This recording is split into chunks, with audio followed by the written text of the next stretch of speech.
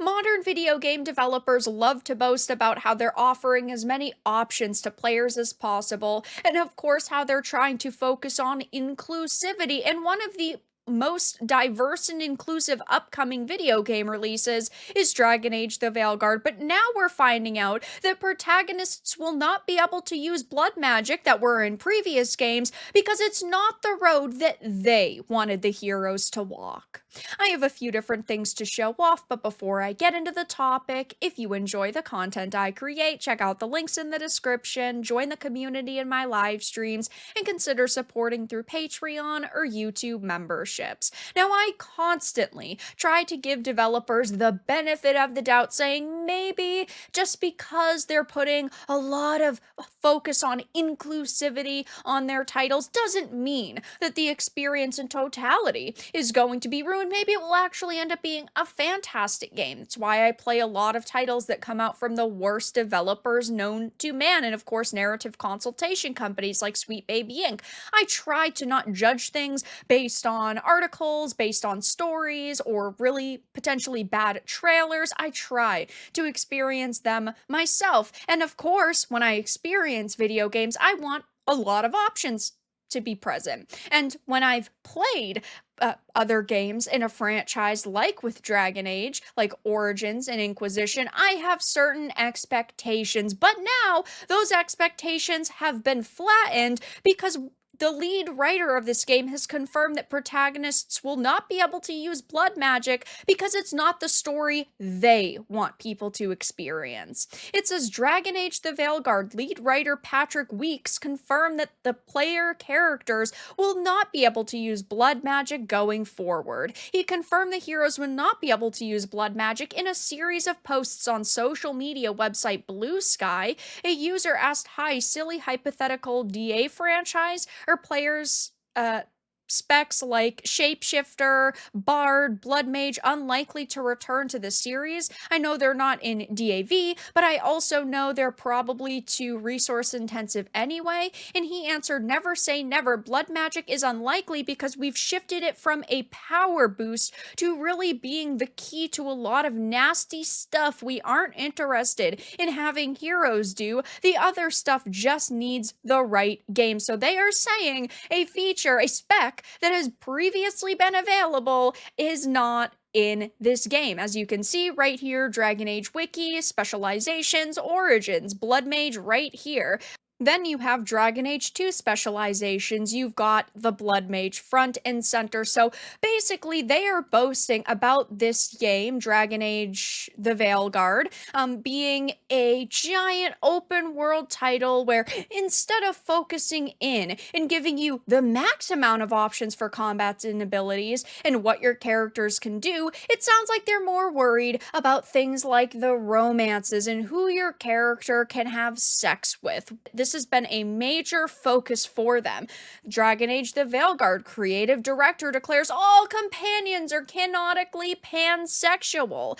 Game director confirms inclusivity is at the heart of the game's character creator and features pronoun nonsense. And of course, I play a lot of games on this channel and I've given my opinion on a lot of games in the past. And I think that having, very in-depth romance systems is perfectly fine, but it seems like that is their major focus with this game, who your character can have sex with, and making sure the game is filled with diversity. But fuck combat, who cares, right? Yes, sex and romance has been major in RPGs, which is perfectly fine for me, but combat and abilities and specs should be the priority. Look at Baldur's Gate 3, which is clearly, the same direction they're trying to go in with Veilguard. By the way, I still think Dreadwolf sounded significantly cooler, but yes, it had romances, and that was a big part of the game, but the combat was phenomenal, and why so many people ended up really loving it. And to hear that they're taking away specs because they don't think it's the direction the story should go in, and that you should play as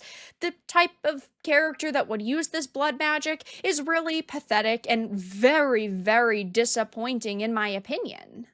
I completely understand that some games are extremely linear. You don't get a lot of character choices when it comes to dialogue or romances, but that's not the direction that they're going in with this game. That's not how they've marketed it as. So to basically say, oh, it's this big open world experience and you get to have all these major decisions that affect the story and affect romances and character interactions, but then also at the same time admit that they left certain features out because it didn't resonate with their vision just does not make sense in my opinion. Those are two things that do not, to me, equal a cohesive vision behind the scenes. It's like they're saying, well, on one hand, we want you to have choices, but on the other, only choices that we're allowing you to make, which just does not sit well with me. And like I had just showed off, they have been boasting about how many options are in the game. And again, I think that it's great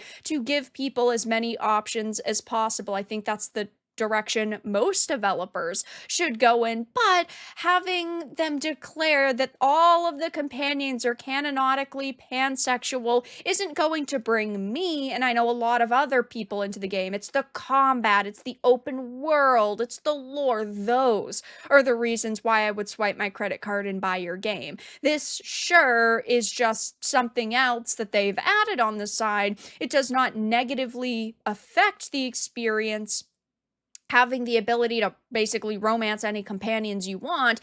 But on the flip side, they're trying to say options, options, options. We're finding out through all of these, questions and answer segments that they're actually ripping features away from us. This article from That Park Place talks about how the creative director, John Epler, confirmed that the companions in the game are pansexual. Of course, he confirmed to GameRant there's a difference between player sexual and pansexual. All companions are canonically pansexual, and of course that means a group which is open to members of all sexual orientations or gender identities, including straight, gay, lesbian, bisexual, transsexual, or a person who is sexually interested in other people regardless of gender. And we also know that regarding the game's character creator, it is going to feature a pronoun system, which in my opinion is really dumb. It will be interesting to see if people actually try to mod this out. We saw that happen with Starfield. There were mods that went up to try to remove the pronoun picker, the pronoun options, and Nexus mods ended up taking them down and said that they weren't very inclusive. So it will be interesting to see if we have a similar situation here. But a lot of people have been voicing how they do not like this, how they don't like pronoun nonsense being forced on them when it comes to character creators. Whether you like it or not, we don't know if this game is going to be good. I hope that it still turns out to be at least a decent experience because we've been waiting so long for it. But at the same time, the more information we're getting, the more worried I, and of course a lot of other people, are becoming. But now we know that there are main specs that are going to be unaccessible in this game, because even though they're saying options, options, options, we know that these are not the options they wanted to provide to us, and it's not the road they want the hero to walk. But that's all that I really had to discuss in this video. Let everyone know your thoughts in the comments below. If you enjoyed this, give it a like, and if you didn't, give it a dislike. I appreciate your support either way, but I'll talk to you all again in the next video really soon.